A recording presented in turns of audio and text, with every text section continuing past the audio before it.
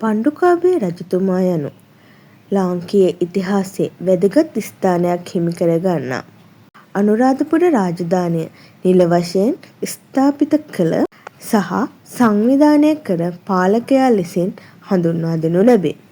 පණ්ඩුකාභය කුමරු උප්පත්තිය ලැබුවේ චිත්‍රා කුමරියට සහ පණ්ඩුල කුමාරයාට දාවයි.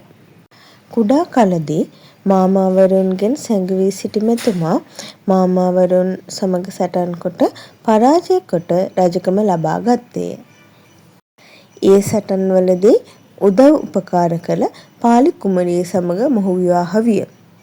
එතුමා විසින් අනුරාධපුර නගරය සංවිධානය කළ අතර නගරයට ජල සම්පාදනය සහ පොදු පහසුකම් නැන්වීම සඳහාද කටයුතු කළේය. ආගමික සහජීවනය ස්ථාපිත කර අතර මෙතුමා ජන සංගණනයක් කර බවද මහාවංශයේ සඳහන් වේ. අනුරාධපුර නගරය ඉතා විශිෂ්ට ලෙස පාලනය කළ නිසා